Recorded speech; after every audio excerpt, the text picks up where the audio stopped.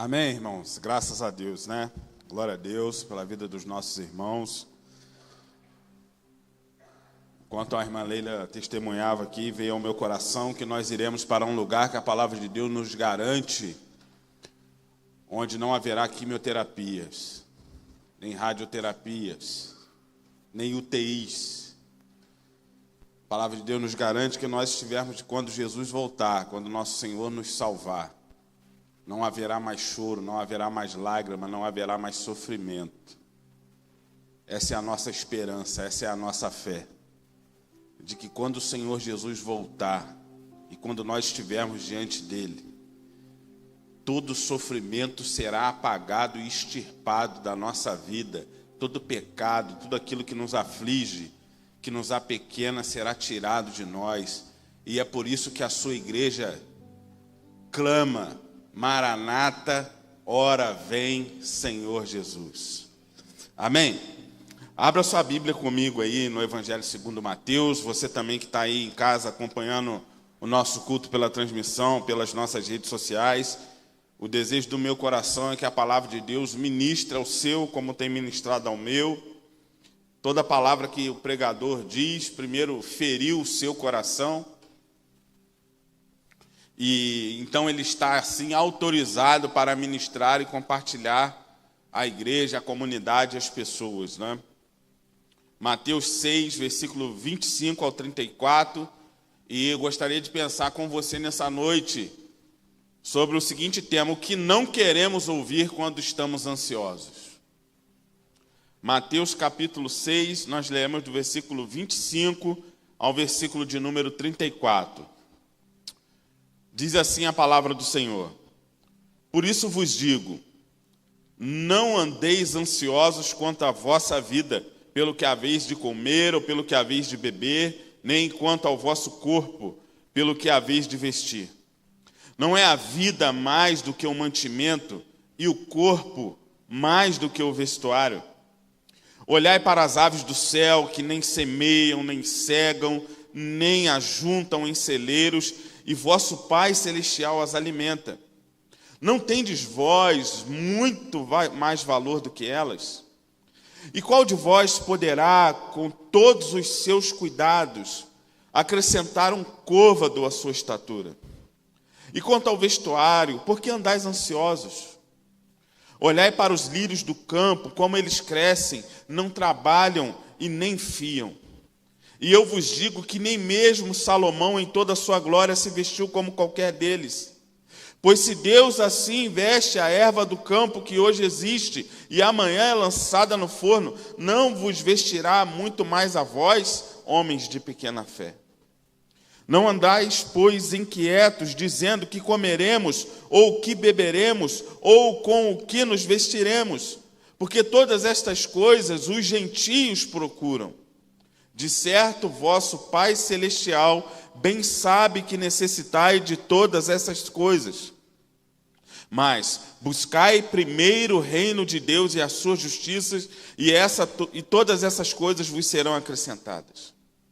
Não vos inquieteis, pois, pelo dia de amanhã, porque o dia de amanhã cuidará de si mesmo. Basta cada dia o seu mal. Senhor, graças te damos, ó Deus, pela tua poderosa palavra, que encontre lugar no nosso coração nessa noite, ó Pai, que sirva-nos de alimento, de nutriente espiritual, para peregrinarmos, ó Deus, em direção a Ti, enquanto estivermos aqui nesse mundo. Abençoe a Tua igreja, os meus irmãos, que eles possam ser abençoados pela leitura da Tua palavra nessa noite. Em nome de Jesus, amém. Amém, meus irmãos. O que não queremos ouvir quando estamos ansiosos?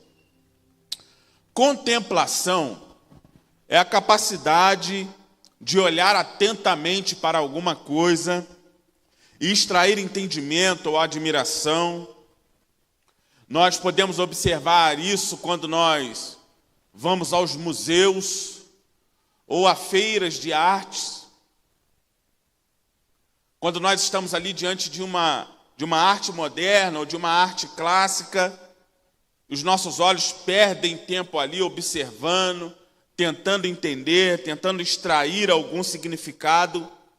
E diante daqueles que não são iniciados, pode parecer, por alguns instantes, até mesmo desinteressante, alguém olhando para um quadro na parede, para uma obra de arte, para alguma memória de algum museu. E para aqueles que não compreendem, ficam às vezes mais interessados naquele que contempla do que propriamente dito no objeto contemplado. É um exercício que todos nós deveríamos fazer, contemplação. É extremamente saudável que a gente possa fazer isso. Mas me parece que nos dias de hoje, contemplação é algo que está diluído, que se perdeu nas nossas rotinas diárias. O máximo de contemplação que alguns de nós conseguimos atingir é contemplar as nossas redes sociais, os stories, os feeds, os reels, que estão ali funcionando como um mecanismo de cassino, um após o outro, e a nossa mente vai sendo entretida por esse tipo de conteúdo e levando embora de nós essa capacidade de contemplar, de observar atentamente as coisas que são colocadas diante de nós. E no Sermão do Monte, Jesus vai ilustrar isso. Esse texto que nós lemos agora, ele está inserido no Sermão do Monte, a pregação de Jesus. Essa realidade de contemplar as redes sociais traz a cada um de nós um mecanismo automático de comparação.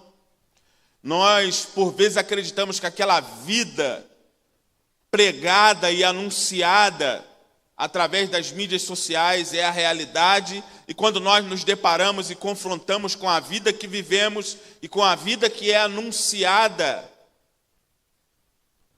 exponencialmente nas redes sociais, nós acreditamos que aquilo é a realidade. Quando a nossa vida não se adequa àquilo irá gerar o que nós hoje chamamos de ansiedade, de síndrome do pensamento acelerado, entre outras síndromes emocionais do nosso tempo. E no Sermão do Monte de Jesus, ele vai falar um pouco sobre isso também. Porque quando nós perdemos essa capacidade de contemplação do Senhor, da sua obra, do seu poder, nós começamos a fazer perguntas no interior da nossa alma, que são perguntas que nós precisamos encarar de frente.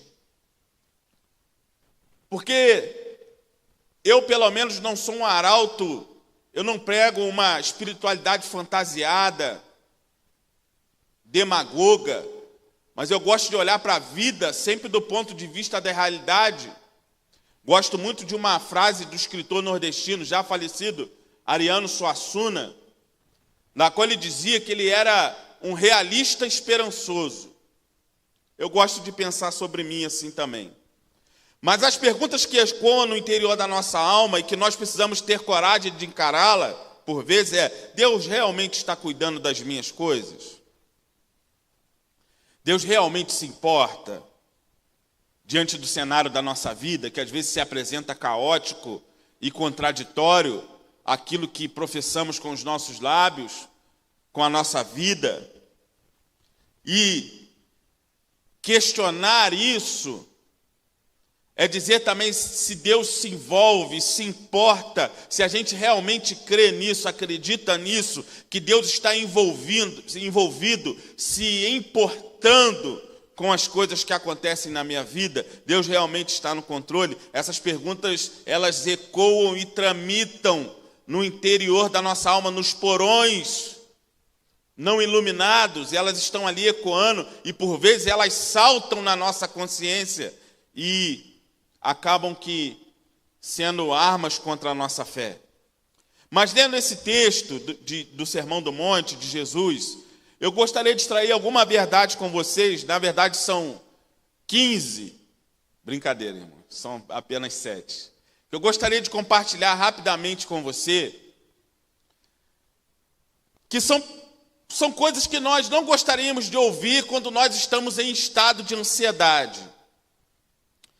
E a primeira coisa que Jesus fala com ansiedade, quando ansiedade aqui, nós podemos ter esse viés duplo da ansiedade patológica dos nossos dias, mas a ansiedade a qual Jesus refere, nós podemos entender também como uma preocupação. A primeira coisa que Jesus diz nesse trecho desse texto é algo que nós não gostaríamos de ouvir, que é o seguinte: abandone a ansiedade. E a gente não gosta de respostas simples para problemas complexos.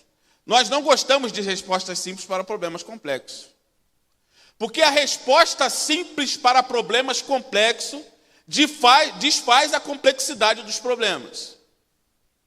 E às vezes nós estamos aprisionados em complexidades que na realidade não são tão complexas assim. E Jesus, no seu ministério, era especialista em desfazer complexidades de maneira simples. Então, quando ele vai discursar sobre ansiedade, a primeira sentença, na verdade, é bastante simples, porque ele vai dizer: não andeis ansiosos. E isso é uma resposta simples para um problema difícil. Porque nós sabemos que lidar com ansiedade não é tão simples assim. Nós sabemos que não é. Mas a sentença de Jesus é simples, quando ele vai dizer: não andeis ansiosos. Diga isso ao ansioso e você dirá, ele irá te voltar com 1000 respostas complexas. E Jesus devolveria com uma solução simples novamente: não andeis ansiosos. Não sou eu quem disse. Não foi Augusto Cury quem disse. Não foi Freud quem disse. Não foi Nietzsche quem disse, mas Jesus disse: não andeis ansiosos. E se ele disse que é possível, é porque é possível não viver ansioso. Se Jesus disse que é possível para nós não andarmos em ansiedade, é porque é possível. E aqui nós temos que fazer perguntas essenciais. Qual é o motivo da nossa ansiedade? Porque Jesus vai dizer o motivo da ansiedade desse seu público. Ele vai dizer, primeiro, alimentação. Não andeis ansiosos com o que haver de comer. Ora, você há de convir comigo que preocupação com o que iremos comer é uma preocupação legítima. Se teremos de comer. O povo de Israel foi doutrinado a não viver ansiosamente, através do maná que Deus derramava do céu. E Deus derramava o maná naquele dia. E Deus disse para esse povo: não guarde o maná. Isso é um remédio para a ansiedade, irmãos. Não adianta ficar pensando se amanhã vai ter maná ou não.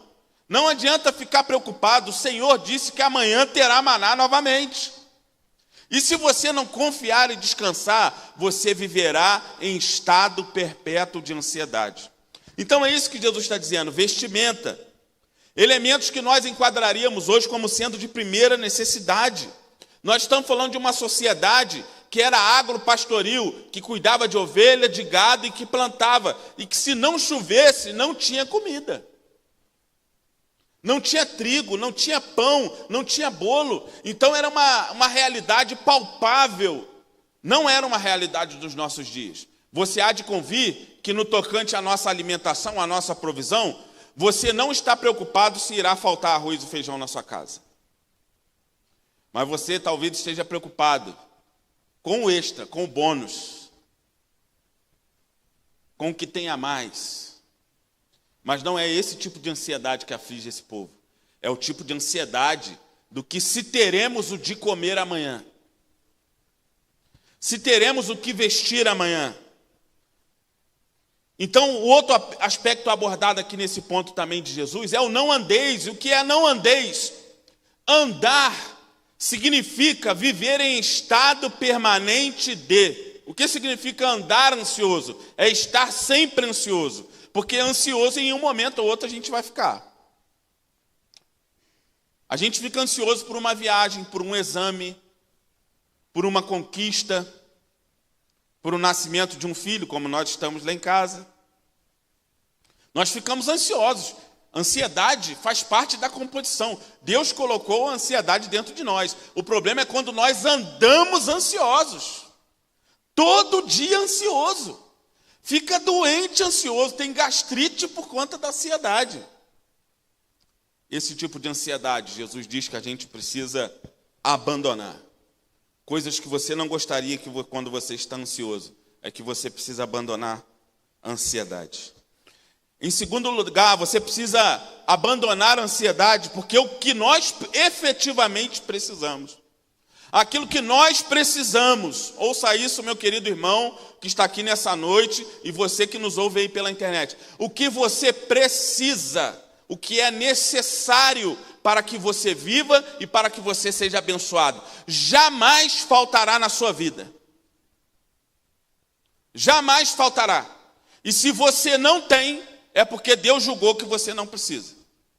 Ou agora, Deus julgou que você não precisa agora. E se daqui a um ano Ele julgar que você precisa daquilo, Ele te dará. Mas o que nós efetivamente precisamos, a mão do Senhor sempre nos dará. O essencial para a vida, o que realmente importa, aquilo que não nos pode faltar, o Senhor sempre nos dará. Você sabe por quê, meu irmão? Um corpo vivo precisa de roupas, não importa quais elas sejam. Um corpo vivo precisa de alimento saudável, não importa qual ele seja. Eu passei boa parte da minha infância, e talvez alguns aqui que me ouvem tenham experimentado isso, tomando refrigerante somente aos finais de semana,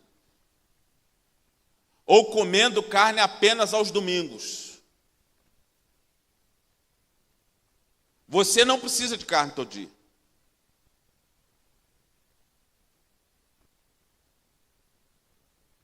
Você não precisa de roupa de marca para se proteger do frio. O que você precisa, o Senhor te dará. O problema é que nós adotamos a postura consumista com relação à provisão de Deus. Então não basta ter um celular. Eu preciso ter o quê? Não vou fazer propaganda. Mas um celular precisa ligar e receber ligações. Essa é a razão pelo qual os smartphones foram criados, mas não basta ter o celular.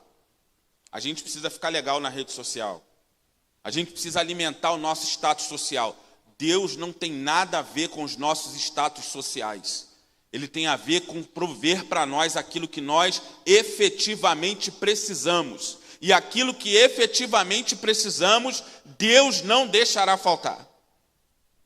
Deus não deixará faltar na nossa vida. E louvemos ao Senhor. Porque se temos o que comer, o que beber, o que vestir, graças ao Senhor e glórias ao Senhor, porque Ele não nos tem faltado. Se nós perguntarmos a uma pessoa doente se ele prefere a saúde ou o carro importado, ele prefere a saúde. Se você perguntar para alguém que está com os dias contados se ele prefere a vida ou os dias contados e o dinheiro que ele tem na conta, ele prefere os dias a mais de vida que ele puder ter. Então nós precisamos ressignificar o cuidado de Deus sobre a nossa vida e saber que o Senhor sempre esteve cuidando de nós. Versículo 25, a parte B diz o seguinte: não é a vida mais do que o mantimento e o corpo mais do que o vestuário? Nós vivemos em um tempo em que o vestuário é mais importante do que o corpo que veste. Nós vivemos um tempo em que o prato que comemos precisa estar adaptado para as redes sociais. Então nós precisamos reinverter a lógica e relembrar que aquilo que efetivamente precisamos, o Senhor sempre nos dará. Em terceiro lugar, uma outra lição de Jesus é que nós precisamos deixar a ansiedade voar com os pássaros. Versículo 26. Olhai para as aves do céu. Um dos mecanismos para cuidar, para se curar de ansiedade, aí eu fiz uma consultoria rápida com a esposa, que é psicóloga. Gente ansiosa fica muito ansiosa por uma tentativa frustrada de manter o controle sobre todas as coisas. de querer dominar tudo, de querer ter o controle sobre tudo.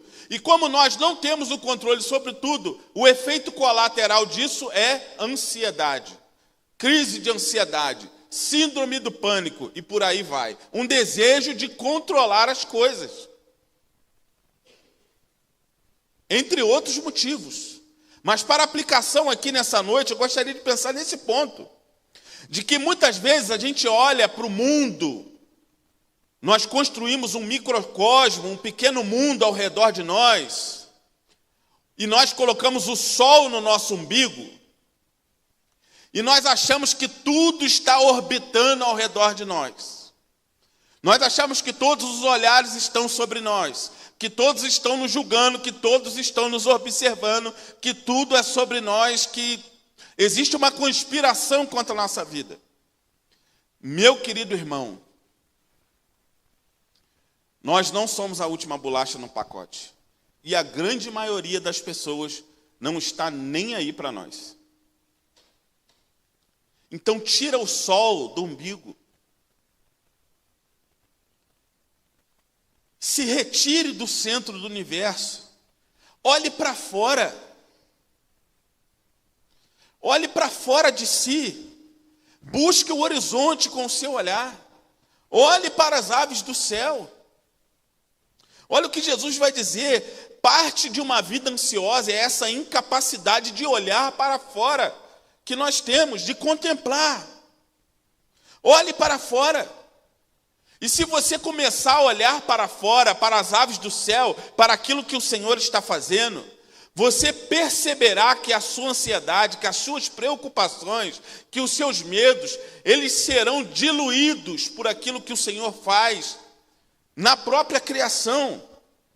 Olha o que o versículo vai dizer, que os pássaros, eles não semeiam, eles não cegam, eles não fiam. Mas mesmo assim, eles são alimentados todos os dias. Eles são alimentados todos os dias. Não lhes falta comida. E ainda que nós forcemos, pela negligência com a criação, não lhes falta árvore para descansar do voo, porque o Senhor cuida dos pássaros. Aí Jesus vai dizer: Deus não cuidará muito mais de vós? Se Deus cuida das aves dos céus, certamente Ele cuidará da minha e da sua vida.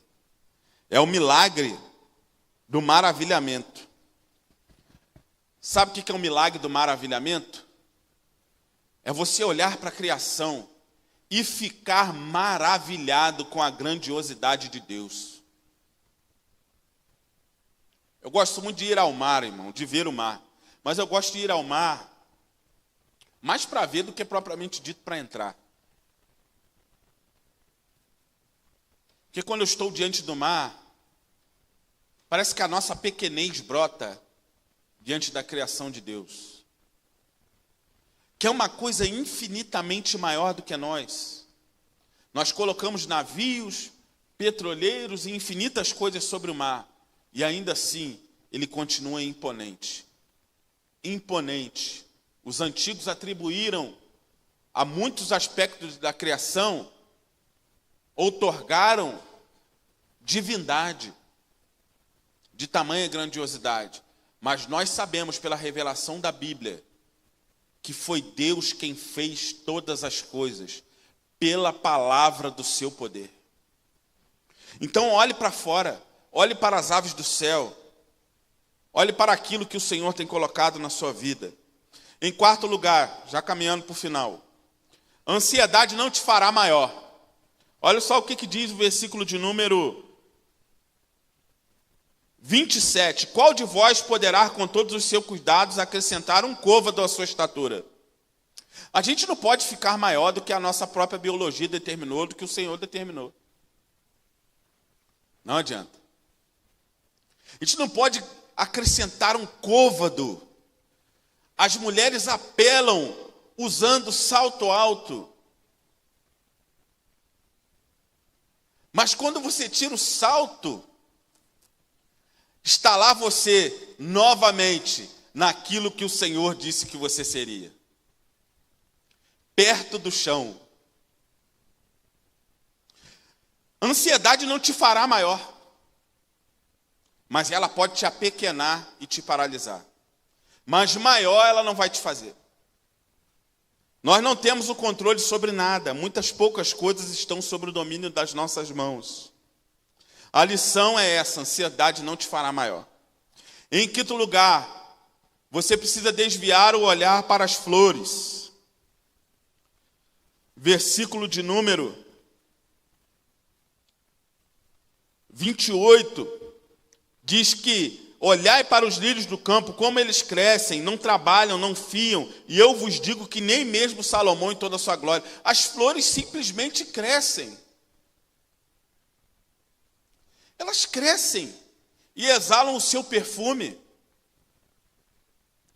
Espalham o seu perfume por aí. É muito lindo quando a gente vê os pássaros indo até as flores, desejando o seu néctar, o seu alimento.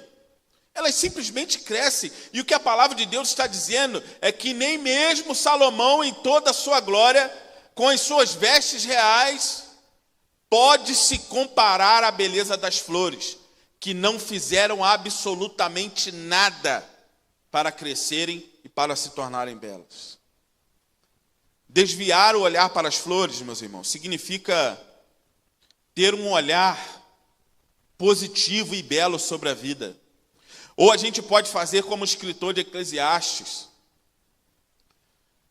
no seu pessimismo, olhar para o mundo da vida. Lá em Eclesiastes capítulo 4 está escrito: depois voltei-me e atentei-me para todas as opressões que se fazem debaixo do sol, e eis que vi a lágrima dos oprimidos, e eles não têm consolador, e a força estava do lado dos seus opressores, mas eles não tinham consolador. Por isso eu louvei os que já morreram mais do que os que ainda vivem. Não dá para viver assim, meus irmãos. Então escolha olhar, ainda que o caos esteja diante dos nossos olhos, nós precisamos condicionar o nosso olhar para aquilo que de bom o Senhor está fazendo na minha e na sua vida. Olhar para as flores, e olhar para as flores no literal. Saia para a natureza, vá contemplar a criação, mas olhar para as flores também no sentido figurado. Olha para aquilo que o Senhor tem dado a você como bênção e que nós não percebemos e olhamos. Olhe para os seus filhos, olhe para os seus netos, olhe para os seus amigos, olhe para a sua família. Olha para tudo aquilo que o Senhor tem feito de bom na minha e na sua vida. Isso são flores que o Senhor tem colocado no nosso caminho, para que a gente possa suportar a caminhada. Eu não sou avô, mas eu não desconfio do poder regenerador de um abraço de um neto. Os avós aqui podem testificar isso, mais do que eu. Ou de um abraço de um filho. Mas nós que somos filhos, sabemos do poder regenerador de um abraço de um pai, de uma mãe e de um irmão. Você sabe o que é isso, meu irmão? São flores que o Senhor tem dado a nós. Então olhe para as flores. Olhe para o lado bom da vida. Olhe para aquilo que o Senhor tem feito na sua vida. Em sexto lugar, escolha a confiança em Deus, versículo de número 32. Porque todas essas coisas os gentios procuram. De certo que o vosso Pai Celestial bem sabe. Você sabe que Deus sabe. Nós sabemos que Deus sabe. A nossa fé tem declarado isso. Eu sei que Deus sabe do que eu preciso. Porque nós vivemos em estado de desconfiança quando nós olhamos para a nossa própria vida. Não é possível. Diante desse cenário, as coisas não estão bem. O Senhor deve ter esquecido de mim, alguma coisa deve ter acontecido de errado no seu plano. Não, meu irmão. Deus sabe de tudo o que precisamos. E Ele vai dizer que a desconfiança disso não é coisa do nosso time, é coisa dos gentios, é coisa de gente que não crê. É duro isso, né? Ouvir isso e ler isso. Escolha a confiança em Deus. John Piper tem uma frase que ele vai dizer que as nossas ansiedades são ofensas ao cuidado de Deus. Deus fica ofendido quando nós estamos ansiosos.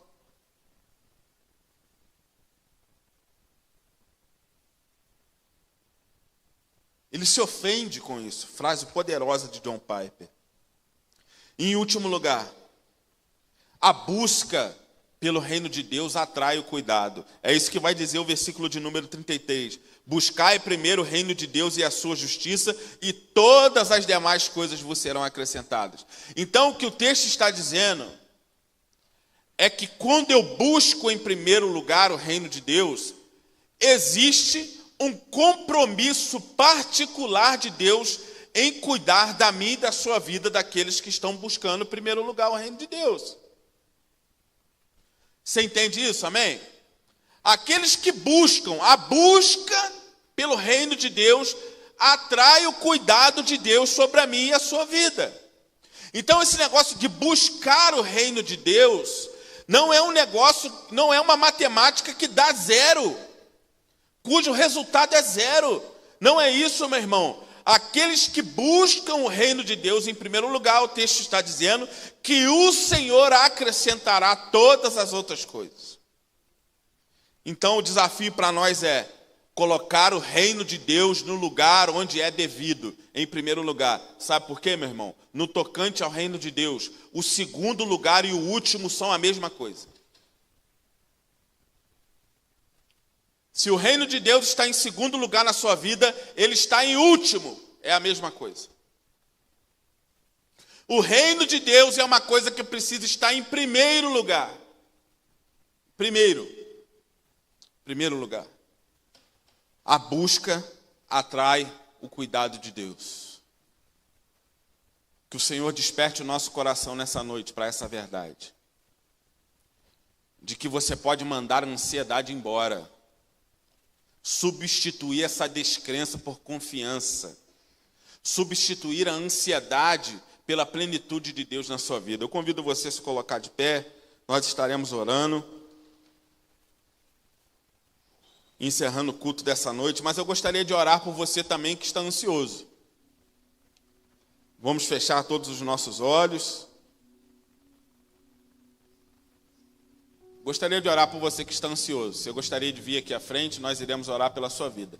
Se você não se sentir confortável, você pode ficar daí também onde você está, mas você vir aqui à frente significa também uma declaração de fé e de confiança no Senhor. Dizendo para Deus: Senhor, eu estou preocupado. Eu estou com medo, eu estou ansioso. Eu estou temendo o futuro. Eu conversava com a esposa antes, que ela sempre me pergunta o que eu vou pregar e eu tenho que pregar para ela primeiro. E eu disse a ela que a nossa ansiedade coloca no coração um sentimento de que Deus irá nos deixar nus e com fome no futuro. Não deixará. Não deixará. Senhor, em nome de Jesus, nós levantamos a nossa voz a Ti mais uma vez nessa noite, ó Pai. E eu quero colocar os meus irmãos que vieram até aqui à frente nessa noite, confessando nos seus corações que estão preocupados, que estão ansiosos, que estão temerosos, ó Pai. Que o Espírito Santo de Deus substitua nessa noite esse sentimento por um sentimento de confiança plena no Senhor, de segurança plena em Jesus Cristo, nosso Salvador. Um sentimento de que os seus pés estão firmados na rocha, que é o Senhor Jesus. A confiança de que as suas vidas estão guardadas em Deus, e que o Senhor é o nosso pastor e que nada nos faltará, e que o nosso futuro está guardado no Senhor, debaixo das tuas asas. Ó Deus, que a confiança plena esteja na nossa vida nessa noite. É o que desejamos, é o que clamamos. Ó Deus, corações aqui temerosos, ansiosos, preocupados com relação ao futuro, com a própria saúde, com a família, com a educação dos filhos. Nessa hora, pedimos ao Senhor, rogamos a Ti, que a fé vença a ansiedade nessa noite, em nome de Jesus. É o que oramos, é o que clamamos a Ti. Muito obrigado, Jesus, pelo culto dessa noite. Amém e amém. Amém? Você pode receber e confiar e descansar o seu coração nessa palavra nessa noite. Que Deus abençoe a sua vida, que Deus abençoe sua família, sua casa. Nossos irmãos também sejam abençoados. Você que está aí na internet nos acompanha, seja abençoado em nome de Jesus. Nosso culto está terminado nessa noite. Amém? Glória a Deus.